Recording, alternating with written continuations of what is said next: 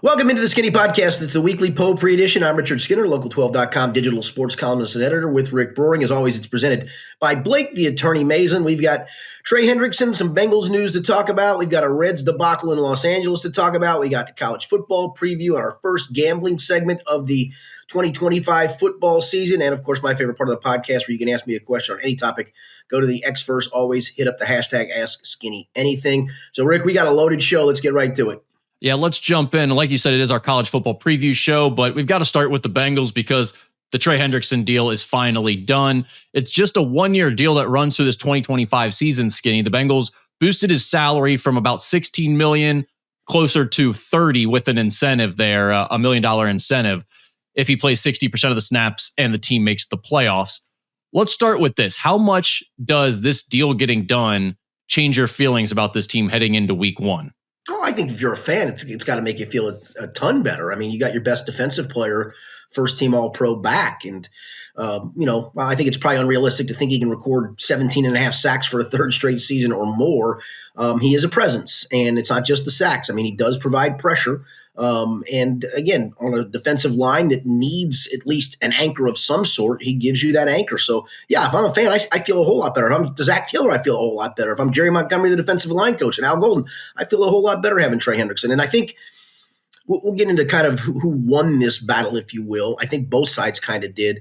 But you also then have a Trey Hendrickson motivated to play his ass off. Not that he probably wouldn't anyway. I don't think of him in those terms as a guy who's ever going to jake it. But if you needed an even more motivated Trey Hendrickson, you're going to have one because he's fighting to get to free agency. Do you think this holdout, the time he's missed, sets him back at all? No, I've said that before. I said if you sign him on September 6th, he'd be ready to line up in Cleveland and go rush the passer. It wouldn't be 100% of the snaps. It probably won't be anyway. I mean, I think they're hoping to have a little bit more of a rotation to take some snaps off of him to keep him fresher. So, yeah, and Zach Taylor was asked that when we talked to him yesterday about the cuts. And he just kind of put a smile on his face. He goes, I know that guy's going to be in plenty good shape. And he is. I mean, he takes good care of himself. So that part – yeah, it's different with football pads on. It's different with game speed. It's different football shape. So, again, I don't expect him to go out and play 70 snaps. I wouldn't expect that anyway because it's going to probably be hot and it's the first game of the season and you still want to take some snaps off of him as it is. Yeah, the Shamar Stewart thing just happened and I had to listen to all the media types go, well, he came in good shape. He was working out, but football shape is different. So now he's got to get himself into football shape. That's why he's so winded. So it's kind of funny that now I'm hearing everyone say, well, Trey Hendrickson isn't going to need any time. He's going to be ready to go because he keeps himself in good shape. It's like, wait, I thought football shape was different. What happened to that? Yeah, and I would say, he's got the 2 practices this week, and he's got 3 practices next week to kind of ramp that up. I don't think that's unreasonable. And again, like I said, he was never, even in a perfect world, he's not playing 100% of the snaps. I mean, you're just not going to do that. And I think they learned a lesson last year on defensive line depth that it got short real quick. I do think probably at least one of the 2 undrafted kids who made it's probably going to be gone today and on the practice squad because they're going to go to the waiver wire to get at least 1 offensive lineman, if not 2. They're carrying 11 defensive linemen at the moment, 6 tackles. But I think they realized that pretty quickly that, you need to put that into a rotation. I think the Eagles have proven get that thing into a rotation and keep your guys fresh. Do you think that the Bengals will franchise tag Trey Hendrickson next year? So it's a great question. I think that it's in play. He doesn't have a no tag clause in this contract, so obviously it's on the table. And I think that's where, listen, Trey won his part of it to get more money for this year. He got $14 million more. I think the Bengals won where, again, they didn't want to guarantee money past this year, and now it's up to them when they put the guarantees into play. The franchise tag will likely be around $38 million for Trey. It's 120% of what he makes. He can make upwards of $30 million plus. I saw people saying today I saw the number was originally like closer to 39 people were saying, but then a little bit of another detail came out this morning where they're saying it's actually more like 34.8. No, I don't. I think it's 120% of what he makes. I think that's right. But if not, then it's the average of the top 5 guys, and that would probably be in the 37 mil range, I would think. But neither here nor there. I mean, it's going to be a little bit of a bump, maybe even more significant bump. It's up to the 38 range. And then it's up to you to say, okay, you had a great season in 2025. We want you back in 2026. We know what the number's going to be. There's going to be no haggling. Now, he can balk at signing the franchise tag. He's not going to. He may kick and scream about getting franchise tagged and all those things. But again, I think the Bengals win in this because to them they didn't want to pay guarantees for a guy who could get hurt this year and be on the hook for it. Now they're only going to pay that guarantee, that franchise tag guarantee, if he has a great year. And so I think to their credit, they kind of won the control of how they parcel this money out or don't parcel the money out. Based on what we had heard, Skinny, the Bengals and Trey Hendrickson were in agreement on the pay raise he was going to get, how much money, the average annual value of his contract. It was all about the guaranteed years that was holding this up. So if we believe that to be true, then we have to imagine that the contract they were talking about was somewhere in the range of 35 to 40 million a year. The contract that they couldn't agree on, right? Yeah, the one I saw, the Athletic report, was 3 years, 95 mil. Okay, so if that's what we're assuming, maybe he got a couple more million out of this first year than he would have had he signed the long-term deal with the Bengals that they were trying to negotiate that they didn't agree on. But other than that, the Bengals won this, I mean, almost completely. They basically had to give up nothing in the negotiation, as it turns out, because they can still get him for 2 years, which is ultimately, it seems like what they wanted all along. Right, I mean, you said 1 year with control, which is what they have now. But ultimately, it leads to the opportunity to have him for 2 more years if that's what you want, and then you can cut bait with him. And I mean, they're paying him about what they were going to be paying him anyway per year, I think. So I don't see how this isn't anything but a Bengals win. And I think all the fans who are going on and on about the Bengals are being cheap, why are you doing this? Why are you being stupid about contracts in a year like this?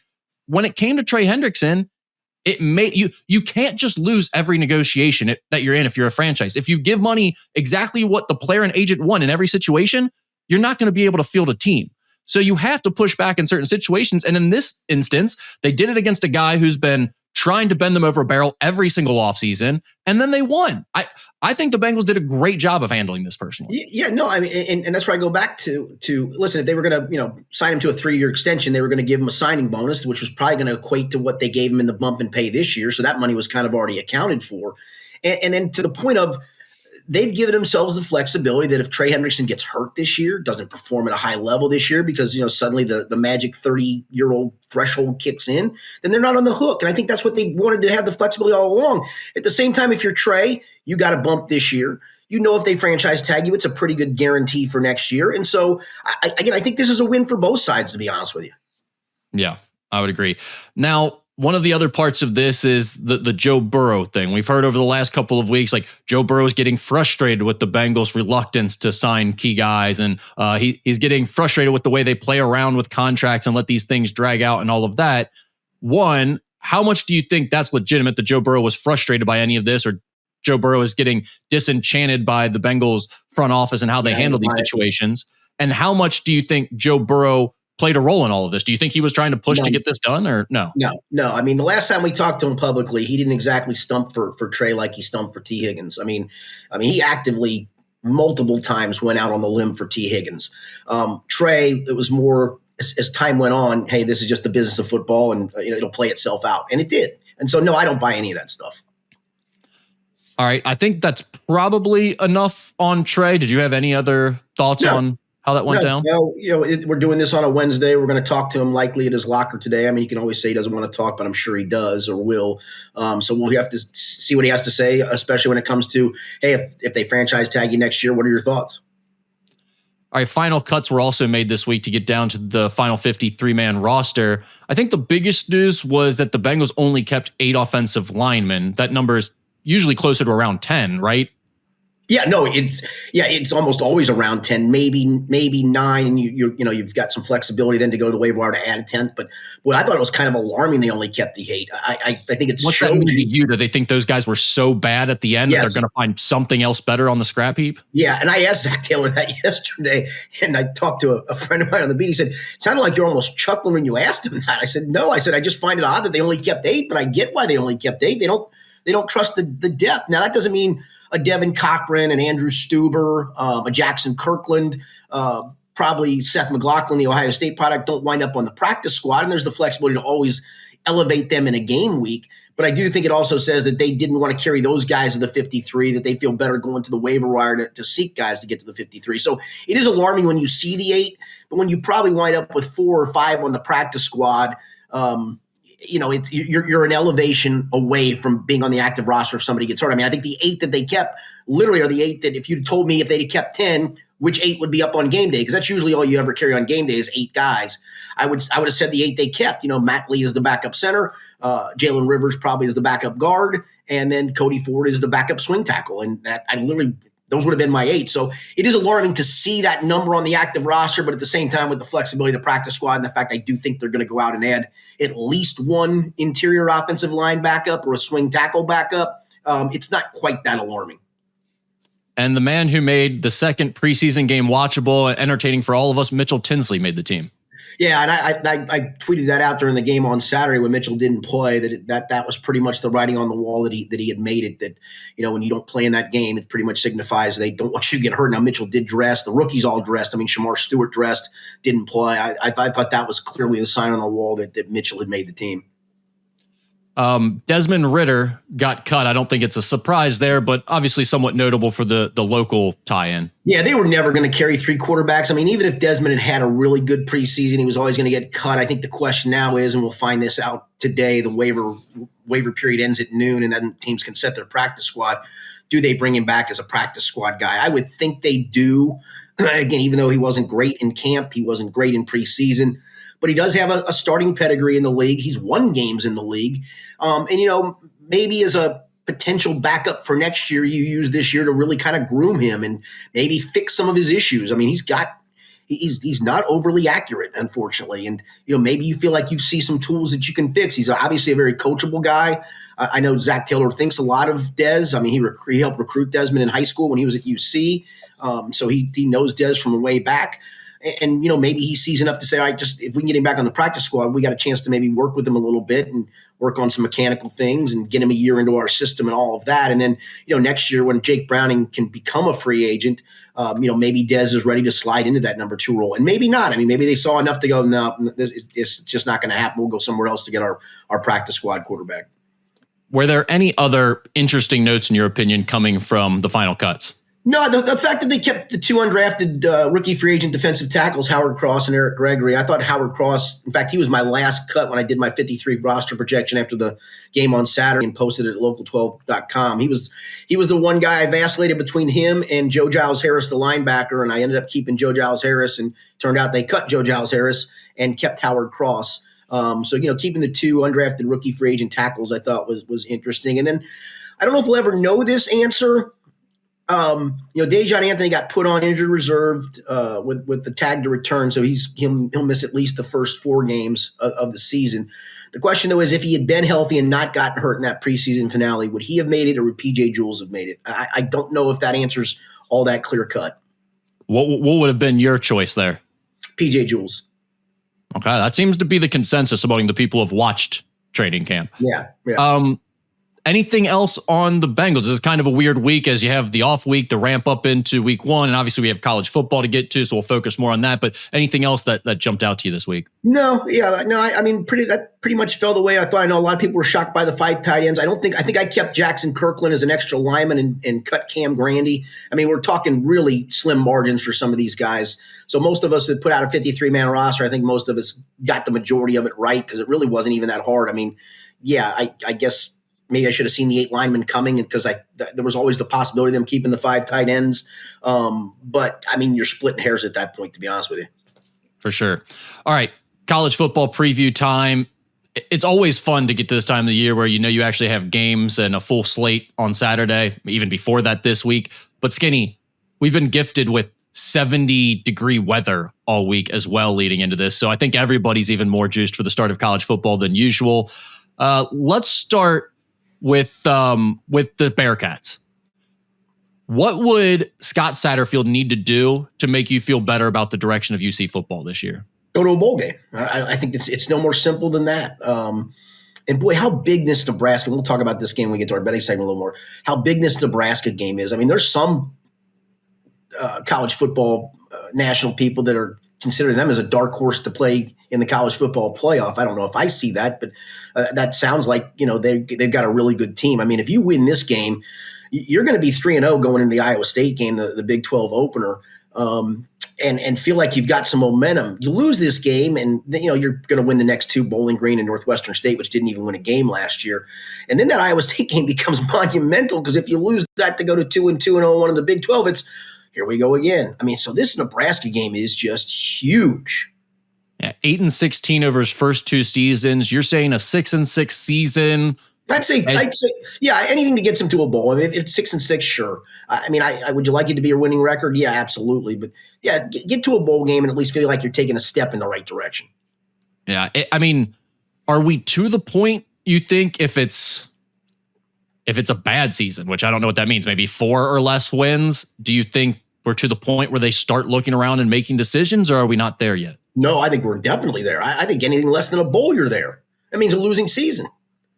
You can't go a third straight year having a losing season and believe you're going in the right direction. Not in today's day and age of the portal. I would agree with that. I think with the portal, and especially with the NIL, the heightened scrutiny and the pace at which this stuff moves, because there's millionaires putting a lot of money into your program and demanding quicker results.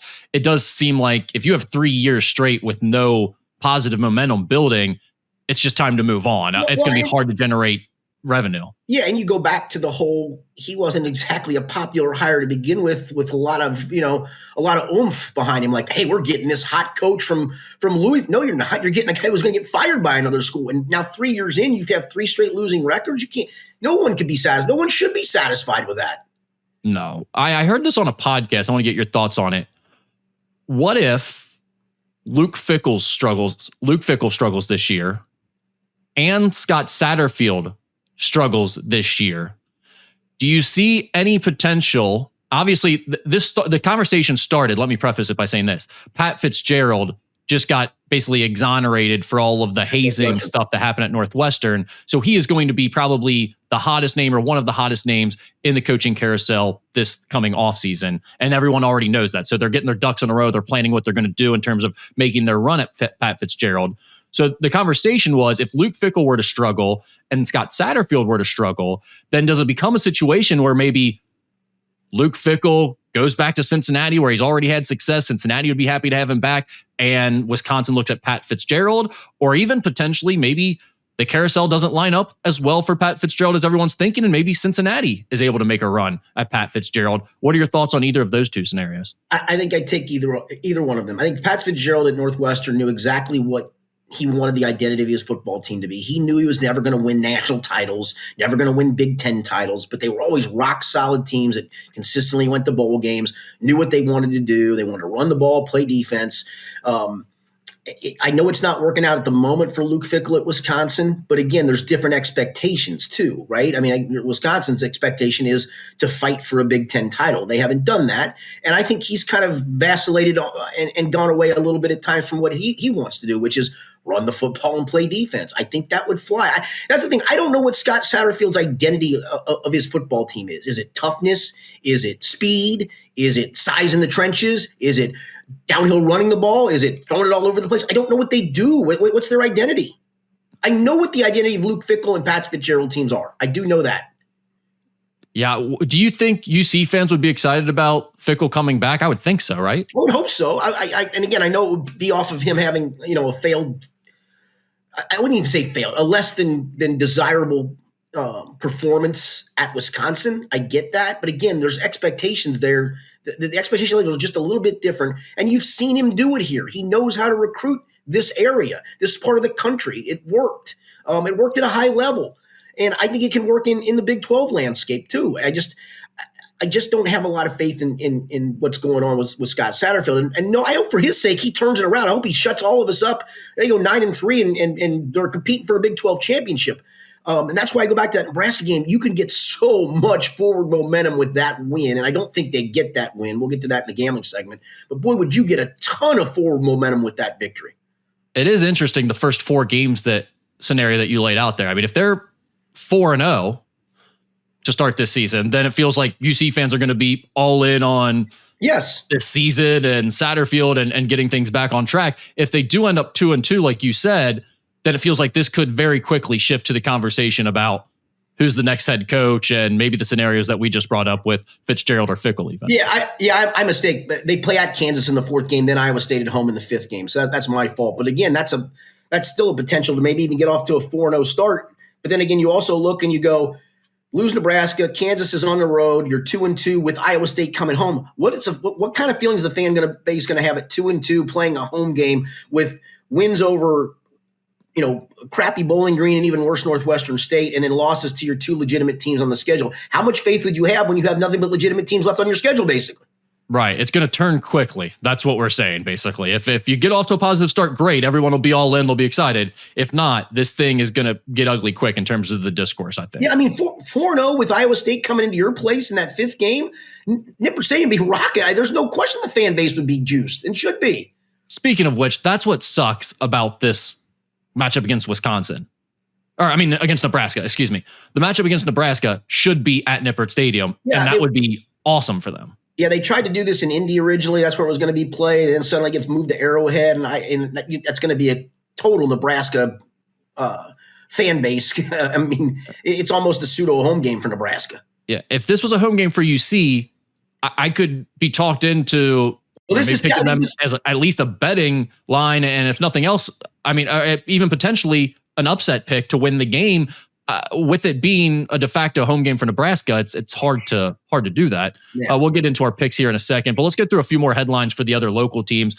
Let's talk about your Wildcats for a second, because honestly, I don't have much on these guys. Everyone from an outside perspective thinks they're going to stink. They're picked to be second last in the SEC. If you read the Kentucky preview content, they'll tell you they've upgraded at just about every position from last year. I'll go back to the same question I started with for UC. Is the goal for Kentucky like a 6-6 season? Would you see that as successful now based on the prognosticators? Based on having to play 5 teams ranked in the top 25 as it stands right now, yes, 6-6 would in a bowl game would be great. And I don't think that feels that realistic. I'm sorry, 6 teams in the top 25. Ole Miss, South Carolina, Georgia, Texas, Tennessee, Florida. Whew. It's a brutal schedule. I mean, it might be the toughest in the SEC this year. If not, it's I don't know, man. I think you take any SEC schedule and go, woo. I mean, they're all tough, yeah. To nine SEC games on top of it is just, I get it. I get why it's happening, but it's maddening. Any other thoughts on your Wildcats? I mean, they feel like a boring team this year, Skinny, to be honest, when everyone's picking them as low as they are. No, I'm super interested to see it. There's 50 new guys on the roster, and that can mean one of two things. It's you didn't bring in great talent, or you actually did. You found that you hit in the right spots. I thought last year's team, in my opinion, just quit. And I get it. I mean, this is a team that won at Ole Miss. This is the team that had Georgia on the ropes and lost by 1. And then all of a sudden things went haywire and the season went haywire. And you had guys making business decisions. And, supposedly the locker room was lost because of NIL money. And I'm super excited only for the fact that there's a lot of newness. And newness can certainly turn bad, and newness can always turn good as well. And listen, we're going to get to the over. Their opener isn't easy either. Toledo's good. Well, that's another one where it's like that line is scary if you're a UK bettor. Yep. Ohio State. Here's my thing on Ohio State. They're obviously very talented. They're in the conversation to repeat as national champions. How much do you trust Matt Patricia as the defensive coordinator? Everyone's pretty much like, it seems like when I listen to Ohio State content, they are more worried about Brian Hartline coming back and calling plays as the offensive coordinator. I'm curious about your thoughts on Matt Patricia, who's never coached college football at all, getting paid a ton of money to come be the defensive coordinator. Do you think there's any adjustment period there? Yeah, I think there's a big time adjustment period there. And I've never thought highly of that cat. I think he's a buffoon and a clown. I mean, I think he showed that when he was the head coach of the Lions. It feels like I never liked those, and you can disagree with this if you'd like, and this is even sometimes in college basketball, but I hate coaching trees. Just because you coached on a staff that was successful doesn't mean you're going to be successful. I mean, Charlie Weiss sucked as a head coach. Josh McDaniels sucked as a head coach. Matt Patricia sucked as a head coach. All from the Bill Belichick tree. And there's probably others I can find on that tree too. I've never understood why that coaching tree thing is a thing. Well, especially because at that level, everyone knows how to coach for the most part in terms of like X's and O's. It's mostly about like your personality and who you are as a guy and a leader. And that range, what makes you a good assistant or a good grunt guy doesn't necessarily make you a good leader of the entire program. And I think that's what you see a lot of times in those coaching tree situations when the big hire doesn't work out. I mean, it's been 22 years since he was on a college staff of any sort. At that point, he was a graduate assistant at Syracuse. I would have more concern than it seems like the Ohio State fan base has about Matt Patricia taking over for Jim Knowles. Here's the other part of that, though. Going into this Texas game specifically, how big of an advantage is it to have a defensive coordinator that no one really knows anything about? Like, they don't know what his scheme's going to look like. They don't know if he's changing things up a lot. No, I think that's a great point. I mean, yeah, you don't have a lot of teaching film to go off of for the most part. I think that's what the Bengals have tried this preseason with Al Golden, of just don't show anything of what you're going to do, man. Don't show a thing of it, because we want Cleveland to be completely surprised by what you're doing schematically. And yeah, it's only probably for one game because then there's tape. But I get that, and yeah, I think that probably doesn't hurt. And Texas has some people in the trenches on both sides of the ball that they have to replace. And so that can certainly factor into helping you. It's a super interesting game because Texas is 1, Ohio State's 3 in the poll. Both do have questions. Both are obviously very talented, but both have question marks. Well, they have question marks. They have incredible storylines that are relevant to all of college football. I mean, obviously the Arch Manning thing we could talk a little bit more about, but this game is incredible to start the season off with. But there are others this weekend. Texas, Ohio State, LSU, Clemson, Notre Dame, Miami. Is it Texas, Ohio State that you're most excited for, I would assume? Well, Kentucky, Toledo, I'm most excited for, but okay. as a secondary, because that's the funny part is that's a 12:45 start. Ohio State's a noon start. I'm going to be glued to the Kentucky game, but I now at least have a game to watch for 45 minutes leading up to it, and then a game to flip to when there's commercials. Yeah, my brother-in-law is a big Kentucky guy, like yourself, a Kentucky football guy, and he had invited us over on Saturday originally. I don't think he realized, that like it was the start of football season, and I honestly was dragging my feet on it, being like, my man, I'm not watching Kentucky Toledo at 12:45 when Ohio State Texas is going to be on. And then he texted us back a little bit later and was like, actually Sunday would be better. And I was like, yeah, that sounds better for all of us. Thoughts on LSU Clemson or Notre Dame Miami? Which one are you more excited about out of those two? I think the LSU Clemson's fascinating because if Clemson wins this game, I think they run the table. But that's been the thing for Brian Kelly, right? Is losing that early one. Yes, correct. And that's the other part is his storyline of, are LSU fans going to be satisfied with another 9-3? Because you lose this game, you're going to lose at least a game or two, or maybe even 3 in the SEC just because of the difficulty of it. I haven't looked at their schedule. I can call it up here in a second. But I mean, what was his thing last year? We're here talking about the same things again. Well, yeah, you Wasn't are. that his big deal when they lost that game last year? Yeah, they lost to who did they lose to? Southern Cal? Who did they lose I to? think that's right. Yeah. Yeah. Or maybe that was the year before, but it's been a thing for them.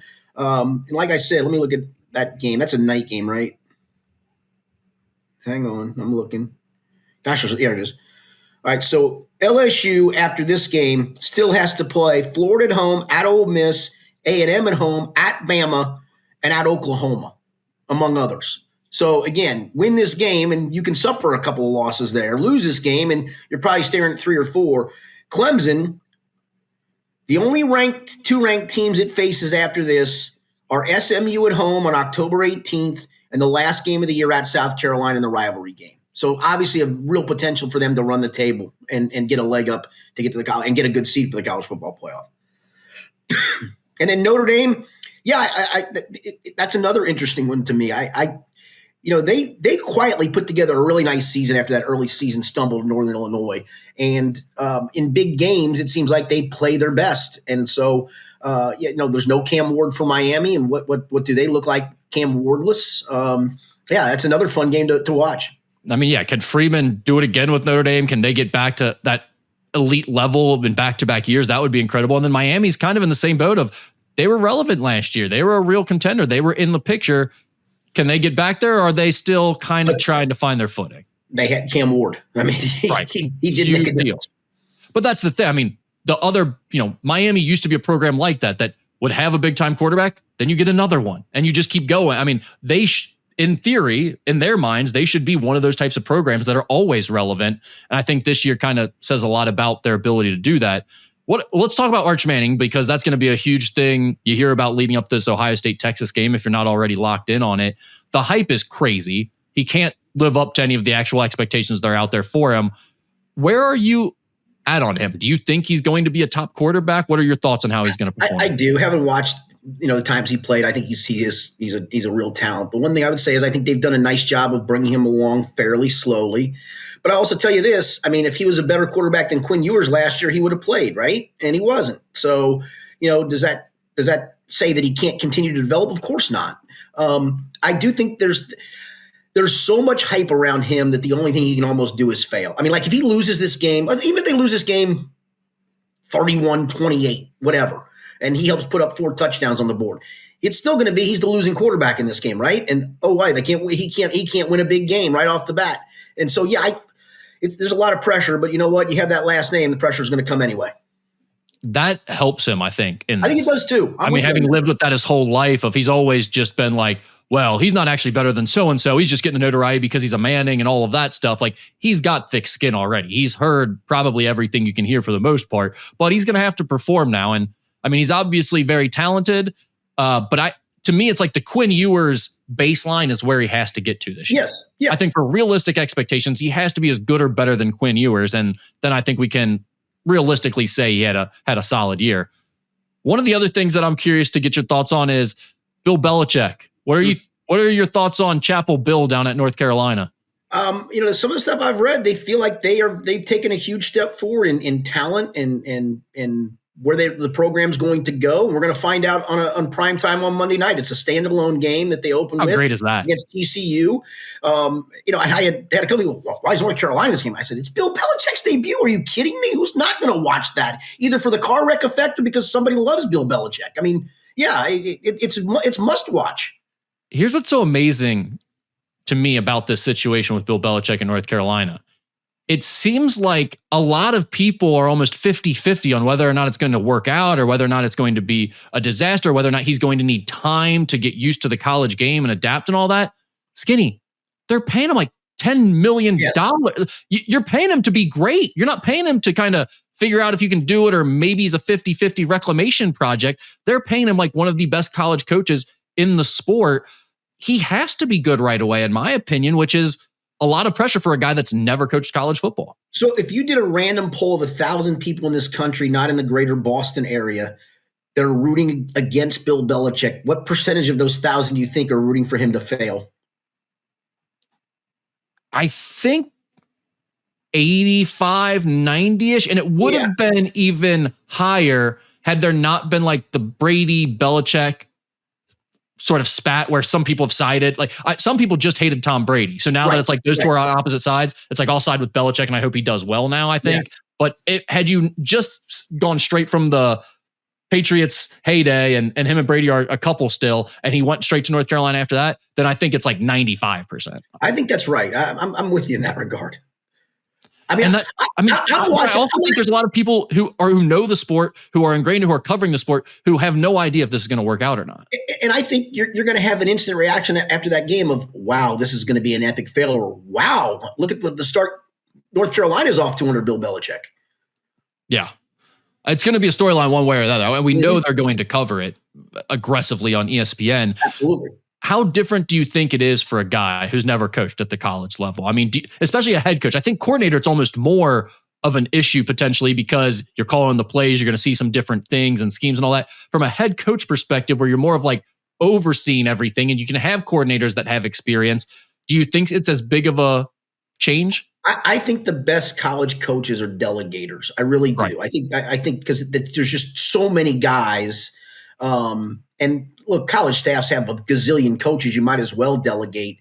How much is he a delegator? Because it always felt like he had his fingerprint on special teams in New England, his fingerprint on the defense, kind of left the offense alone because that was kind of Tom's baby to a large degree, right?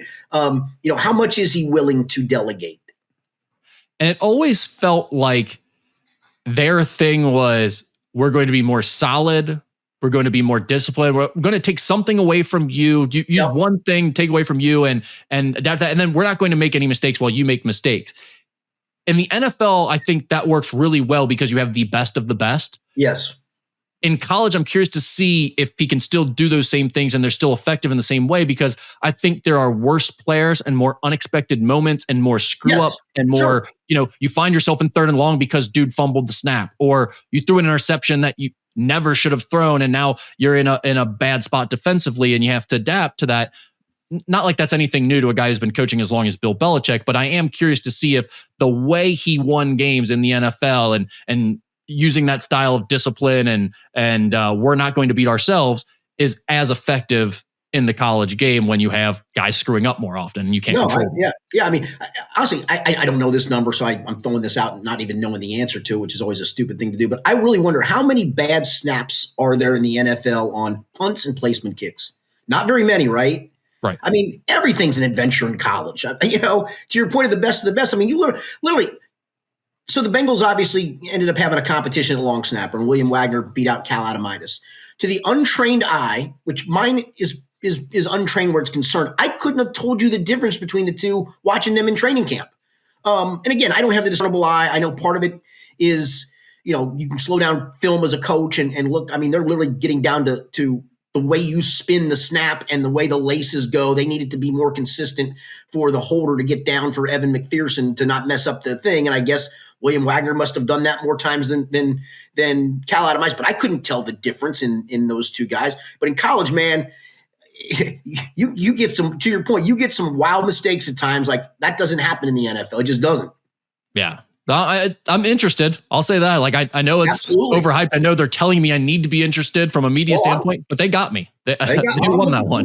Yeah, I'm looking forward to that game. I mean, literally, you got starting with the UC and obviously even Miami, Wisconsin on Thursday night. You've got and there's a couple good games on Friday. You've got 5 straight days of compelling college football. Really? I mean, they did a great job scheduling. And shout out to the ACC because their willingness to kind of spread themselves out over this weekend is pretty cool. They helped that out a lot. Finally, are we done with Colorado and Coach Prime this year as a big national storyline, or do you think they'll still be in the national conversation without Travis Hunter and Shedeur Sanders? I think it'll be less, but it's going to be one of two things. Like, okay, he had two tremendous talent. I think Shedeur has talent. I don't know if it's NFL talent. We'll find out as the years go by. But Shedeur was a talented college quarterback. Anybody who says otherwise is an idiot. Well, and a huge personality and name and everything. He brought a lot of attention. But but Shedeur, I think almost any college team would take him as their quarterback. He was an uber talented kid. Travis Hunter is clearly an uber talented kid. I think the question now is, what can Prime do for an encore without those two uber talented guys? And that's the thing. It's going to go one of two ways. Like, this guy can really coach. It's not going to be probably national championship level. Never's going to be. But, they go 8-4 or whatever. This guy can really coach. Or it's going to be, he's lucky to have his kid and Travis Hunter. I want a unicorn. That's the only reason they won. So, yeah, I do think there's a fascinating angle, but I think it's going to be way, way less talked about. They have actually turned Colorado around. I mean, that's one part of this that hasn't been talked about a lot is like Colorado was a disaster. No one cared. It was underfunded. That program looks elite now. I mean, everything there is sharp. It's cool. Their social media is cool. They've got a lot of money invested now. It's a totally different program. The question is, was that all because he had his son and Travis Hunter and had enough talent to make it go for 2 years and bring all that hype? Can he keep that going for a few more years, or is it all gone right now? And I will say the medical issues he's going through and having to do the defense commercials and peeing in a portalette on the sideline is definitely going to help the attention that they're going to get this year. Now, it'll all depend on whether they win games or not after that. Yep. All right, let's get into our pick'em, Skinny. We've got Thursday night, 9 p.m., Nebraska and Cincinnati in Kansas City. Nebraska is a 6.5-point favorite. The total is 52.5. I'm going to go Nebraska 32, UC 21. So Nebraska in the over for me. Unbelievable start to this. So I went Nebraska 31, Cincinnati 21. So we are 1 point off, but that is the difference between the over and the under. But we both felt like they did a good job with that total, I guess. Yes. Saturday at noon, we've got Texas at Ohio State. The Buckeyes are a 2.5-point favorite. The total is 47.5. Man, this is a tough one. I'm gonna lean into Ryan Day, and I know people are going to laugh because his struggles with Michigan of late, but Ryan Day in big games is better than Sark in big games. And maybe that's not fair, but it is what it is. Sark hasn't probably had as many swings at the at the big game axe, if you will. But give me Ryan Day in a big game over Sark in a big game. I'll go Ohio State 27, Texas 24. So that would be OSU and the over. Okay. I'm with you on this one. I think Texas still has to prove it. I mean, this is a tough one to predict. Both of these teams could win a national championship. It's an incredible week one game, but I'm going to lean Ohio State in the big game scenario, but I'm going to go 24-21. So it's Ohio State and the under, which brings us to that 12:45 kickoff between Toledo and Kentucky. This one is in Lexington, of course. Kentucky is a 9.5 point favorite. The total is 47.5. I mean, again, there's just so many unknowns. Now, Toledo, just for some background, they're picked to win the Mid-American Conference by the coaches. They have their quarterback back who threw for almost 3,000 yards, 24 touchdowns, only 6 picks. But they struggled to run the ball last year. They averaged like 3.6 yards per carry. And you're going to try to run the ball against an SEC defense. I know there's some unknowns, but I do think they really like what they've got personnel-wise on defense. I like their secondary. I think that's a strength. And so, you're going your strength against their strength as throwing the ball. I'm going to go Kentucky 27-17. All right, so Kentucky covers, and that is the under. Yes. I really want to pick Toledo to win this game. I'm not going to do that. I think they're going to give them a scare, though, and I think Kentucky's going to win it with a late field goal. I'm going Kentucky 24, Toledo 21, Toledo and the under for me. Okay.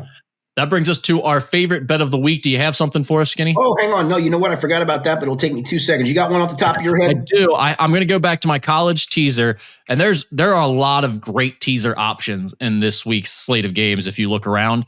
But the one I'm going with is Tennessee minus 6.5. Ooh. And LSU Syracuse plus 10.5. Yes, Tennessee is playing against Syracuse, just a 13.5 point favorite. LSU is a 3.5 point dog against Clemson. And so I'm doing a 7 point teaser on both of those. It puts you about minus 120 there on the odds. I'm going to do a 3-team teaser. I'm going to take Texas. I'm going to do a 6 pointer. I'm going to take Texas up to 8.5. They're actually, that line's now down to 1.5 of what I'm looking at, but I'll even take it dropped then. I'll take it up to I'll take that up to 7.5. I'll take I had another one. It was Alabama. Hang on. I'm going to take them down to a touchdown, I believe it would be. Actually, I'm going to take LSU up to 9.5 against Clemson because I do think that game will be a fairly close one. Yeah, I had it at 10.5. You'll take 9.5. I think Alabama. I can't find them. They're a 3:30 kick. Where are they? Yeah, here we go. Against Florida State, I'm going to take them down to laying. I'm going to take them down to laying. They're 13-point favorites. I'll take them down to laying a touchdown at 7. All right. So mine was Tennessee minus 6.5, LSU plus 10.5. You're going Texas plus 7.5, LSU plus 9.5, Alabama minus 7. Yes. Those are our 2 teasers for the week, our favorite bets. Let's talk a little bit of Reds baseball, Skinny. And while we do that. Oh, yeah. It's time. Day 27 of eating Taco Bell. Every single day during the entire month of August, I have a cheesy bean and rice burrito toasted today or grilled. So you went kind of for the lunch item today because we're closer to lunchtime as we're doing this. Yeah, I actually got a special delivery. We started this right before they went on breakfast, but fortunately the wife went out and grabbed it, snuck it in here when we were recording. So, and we were going to record this together today, and both of us eat Taco Bell, but our schedules didn't allow that. So I appreciate Rick keeping up the challenge. Now here's my question: are you in any way, shape, or form sick of it yet? No, Skinny. I said this to Bob Herzog the other day when I did it with him. I have never felt better. I'm wondering if Taco Bell is a performance enhancer at this point. I have more energy. I was down a few pounds. I'm now right at basically the same weight where I started. That has nothing to do with Taco Bell. That has to do with me eating other stuff. Yeah, but you haven't bloated up because you're eating Taco Bell. I haven't bloated at all. I feel incredible. Energy's incredible. Workouts have been great. I mean, I think it's a performance enhancer, if I'm being honest. I might just continue doing it. I'm not sick of the food either. Take a bite. All right. Take a bite before we go to our next topic. Yeah, we'll start with a bite. Because I want you to take this bite before we have to talk about Reds baseball. Good point. Watching it at times now makes you want to vomit.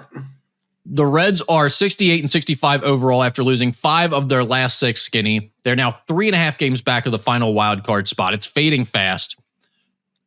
I guess what we have to talk about is the whole Noelvi Marte situation, which moving him to center field, he's gone from third base to right field. Now he starts in center field the night before we recorded this on Tuesday night.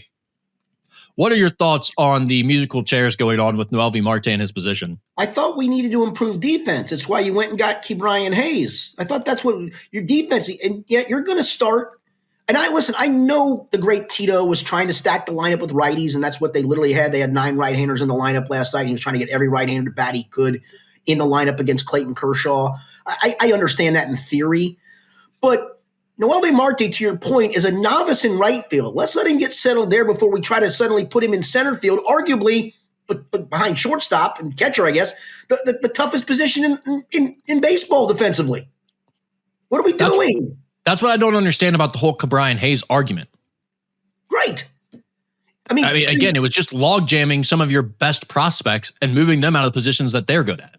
Yeah, and I'm fine with Noelvi Marte, right? If you want to, but let him get settled there before you decide, okay, you know what, he's really mastered right field. We think he's a good enough athlete to play center field, as opposed to, hey, let me get every right-hander and then putting Santiago Espinal out in right. I mean, what are we doing? People are very upset about the decision for Noelvi Marte to bunt late in the game on Tuesday night, which this is a weekly podcast. I don't know how deep we need to get into a one game decision like that, especially when Noelvi Marte said that it was his call. Tito said that it was Noelvi Marte's call. He went ahead and bunted on his own. But just from a philosophical standpoint, how exasperated are you getting with Tito's decisions and all the bunting going on? Well, see, I'm a big bunt guy. I am a big bunt guy. I'm not sure I even have issue with Noelvi Marte bunting there. Come on, Skinny. Listen, I'm a big scratch out or run guy, especially on this team. Never laid down a sacrifice bunt successfully. Listen, Tito didn't call it, so I'm going to blame Noelvi Marte for that. And you're right. To that point, yes, the fact that he's not a bunter at all. I am a bunt guy, though. I get it. I know it's analytically, the analytic people are going to scream their head off. This team needs to fight and scratch and claw to get any runs any way they can. It's not a home run hitting team. And to me, especially against Clayton Kershaw, they weren't going to hit him with a boat. He could have stacked that lineup with 67 right hand. They weren't going to hit him with a boat or last night, so it didn't really matter. But to me, I think the biggest issue right now for me is this: Elly De La Cruz needs a damn day off. And I said that before I saw the graphic last night of what he's done. He hasn't hit a home run since the All-Star break. I mean, this dude is he and the numbers in July and August, I think he's got like a 505 OPS. I think it's because he's gassed. I mean, you're putting him into the most important position on the field every single solitary day, and I get it. You want that guy in the lineup, but I want that guy in the lineup fresh and raking, and he's not doing that at the moment. He hasn't done it since the All-Star break, and I don't think it's because he sucks. I think he's tired. Yeah, I mean, look, everyone loves the idea of the Iron Man, the guy who goes out there and wants to play every day, and you have to drag him off the field and all that. And I know Tito has said some of those things that he reminds me of Scott Rowland because he wants to be out there every day, but guys, have a brand. And we have so much money being spent on player performance, health, nutrition, monitoring their sleep, all of these other things that they track. You don't know how many games he's played in a row. You don't think maybe that might be impacting his performance a little bit? Give him today off. I know you're trying to avoid the sweep. You're 3.5 games out. You feel like you can't afford to lose a game. Hey, it doesn't necessarily mean you're going to lose. I mean, you got Nick Lodolo on the mound, and hopefully a healthy Nick Lodolo pitches the way he was before he suffered the blister situation, because he was pitching great up until that point. To me, give him today off. You get tomorrow off and get arrested Elly for the stretch drive. That to me would be the most prudent thing they could do today or tonight, actually. How concerned are you about Pagan and Santillan tiring out? I think there's some truth to that too. Listen, I get it. You can't trust Graham Ashcraft in a tough spot. He's used Scott Barlow a lot. You don't have consistency out of your left-handed relievers. And so, yeah, your two most consistent guys are Tony Santillan and Emilio Pagan.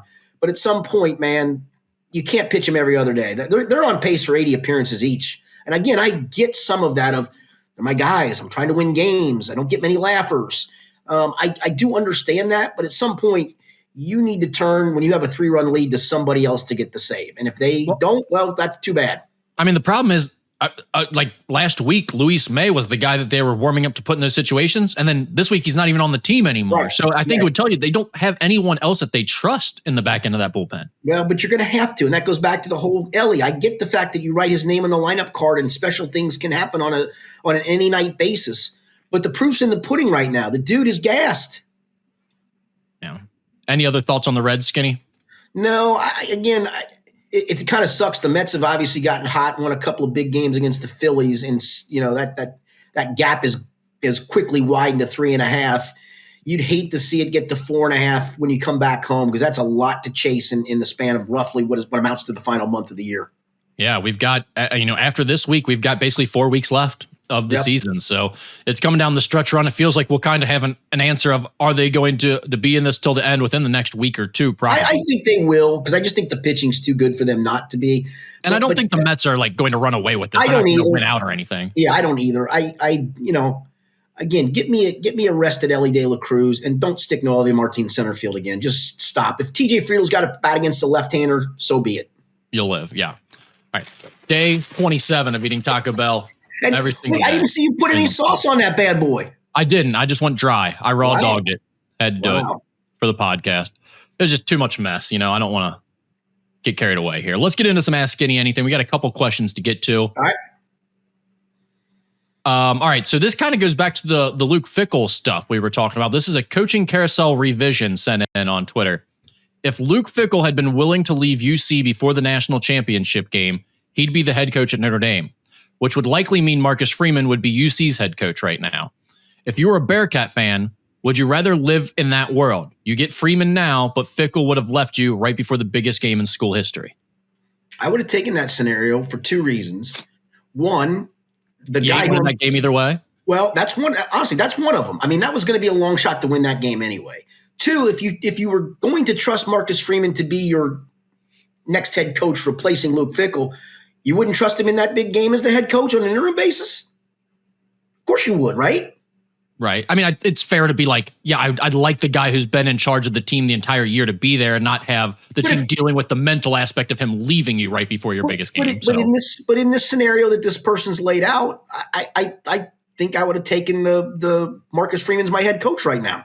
I definitely would. I mean, as good as that moment is of you getting to the playoff, that was the moment. Achieving it was the moment. The idea that you were going to like win a national championship was always pretty far-fetched. I know UC fans probably didn't feel that way at the time, but realistically, I'd much rather have a good, potentially great head coach going forward for the next handful of years at least, as opposed to a guy that no one was excited about from the second he was hired. Right. I mean, Marcus Freeman, you would have been excited about. I don't know. Okay. Again, he's recruiting to a different base at Notre Dame than he is here. And things didn't look so rosy for Marcus Freeman when they lost to Northern Illinois last year. But Marcus Freeman can coach. And I think everybody always knew Marcus Freeman could coach. His name was always popping up when he was an assistant here. And so if you'd have given me that succession plan, again, I'm trusting him to be the next head coach. I'm going to trust him to coach me through the playoffs at that point too. Yeah, I mean, UC fans were saying it for multiple years before the whole thing happened. Like, he's going to be the next head coach. And the way it played out, it wasn't for UC. But, I mean, you're right. They were all very excited about him. So I think my guess is most UC fans would take that trade-off. Yeah, obviously, it's hard for us to speak for all of them. But next question is college basketball related. With 10 seconds on the clock to save your life, pick one player from each local basketball team to take the shot, but it has to be someone from the last 5 years. I can start us off with Xavier if you want, because I have that easily ready available in the last 5 years. It's got to be Quincy Oliveri, right? He's in there. It's him or Sule Boom. This is, when Trayvon Bluett's past the 5-year window, right? Yeah, he's definitely past. You'd be talking about like Nate Johnson, Adam Kunkel, Colby Jones. I will say this. I like Adam Kunkel in the clutch, but I'll go Quincy Oliveri. I'm with you. I agree. Kunkel's obviously the worst play. I mean, all due respect to Adam, who I've covered since high school, I love, but he's the least talented out of that group of players. But he's got the clutch gene, so and he had a couple game winners, so you might put him in there. Yeah, you know what? Because I know his dad. I'm gonna go with Adam Kunkel. All right, I'm going Quincy Oliveri. He made the big time shots, and he was obviously an incredible shooter to begin with. So, gosh, for UC, that would be my guess. Who do you like for UC here? That's a hard. I honestly no earthly idea. It's two guys for me. Jaron Cumberland or David DeJulius? I'll go David DeJulius. I think that would be my choice as well. And it's not fair because the offense seemed to have Jaron Cumberland take a lot of shot clock shots because he could create some of that stuff, but I don't remember him didn't feel like a lot of shot clock shots. Yeah, well, God, it felt like Mick's offense for a lot of years there was kill the clock down at the final few seconds and then give the ball to Jaron and let him try to do something with it. So, I think I'd lean David DeJulius, but it's definitely one of those two guys. I mean, who else are you talking about? Keith Williams? No. More recently, I don't know who you'd want in the last couple of you years. Wouldn't, Skillings you wouldn't, Jizzle you wouldn't. I mean, yeah. I'll go David DeJulius. Okay. And then Kentucky, what about Landers Nolly? That's another one that would be in the conversation in all seriousness. Yeah. He's definitely in the conversation, yeah. Okay. I'll put him in the conversation, yeah. I think I'd have him third after Cumberland or Julius would be Nolly. Kentucky is a tough one actually here because the range of years you have, the last 5 years, at least two of those were big Otega Oweh. I mean, not Otega Oweh, but Oscar Shibwe seasons where it's not really like a go-to scorer or shooter on the wing. I'm going Otega Oweh just because of that Oklahoma game last year. He did it twice last year. He did it twice last year, yeah. Yeah, it's got to be him. You know, the only other one, and I think this is the guy that was most criminally underutilized in college basketball in the last decade. It's funny. If it's the guy I'm thinking of, it's not the kid who transferred from BYU. Who's the – oh, man, not Jackson. It's there's another kid. Go ahead and say his name. I was thinking Reed Shepherd to me would be a guy that I'd consider. I think Reed Shepherd would have been an absolute megastar in college basketball had Cal really unleashed him in his 1 year. I mean, the fact that he criminally underplayed him and Rob Dillingham together was insane to me. Crazy. I mean, to me, that was almost a reason enough as a UK fan to want Cal to be gone at that point. It was just like something's weird's going on here. I mean, Reed's percentage is going to be higher probably than Otega, but Otega Oweh can do it from different levels, in my opinion. Were you thinking about Antonio Reeves? Yes. Yeah, that's another one I had thought of that would be in the conversation. Illinois State or whatever. Yeah. He would be in the conversation as well. But my guys would be Oweh or Shepherd. I mean, when you go back even farther into it's like you could get like an Emmanuel Quickly here, but not like big time shot makers really necessarily. No, you know, like I mean, maybe it's recency bias, but having watched Otega Oweh do that, I'm going him. I'm going with him as well. Reed Shepherd's a good one. If you're going to tell me it's a wide open shot on the floor, I'm taking Reed Shepherd because it's not going to miss. Yeah. All right, and we'll wrap it up with this. Which gas station truck stop chain is the cleanest and which is the nastiest? I went to Sheetz for the first time and the bathroom was spotless. I hate to do it, but the Speedway in Covington is disgusting, and it's used to be my go-to place to get a road pop, and I just can't do it. I think every Speedway / 7-Eleven might be the winner for nastiest. They're all disgusting for the most part. Yeah, I got to tell you, the one up on 237 in Hebron, which I stop at frequently on my way to like go to 275 from my house, is actually really clean. They do that place. They do a really good job, both parking lot, bathroom, all of it. I'm going to give a kudos to them. But your point is a good one. Most of them are trash. Yeah, that to me, that's not like that's a true gas station. That's not like a truck stop like a Sheetz. When you get to the truck stops, that's where you get into nicer places. They're going to serve you a hot meal. You got a good fountain there. I can't think of the place, and I'm so sorry for this. Maybe it is a Sheetz. There's a place that I stop when I drive to Pittsburgh every year on whatever the hell it is. It's in Ohio still. No, it's not a Love's. I know Love's. It's got another brand name to it. I don't think it's Sheetz. I always make a stop there because they've got good food.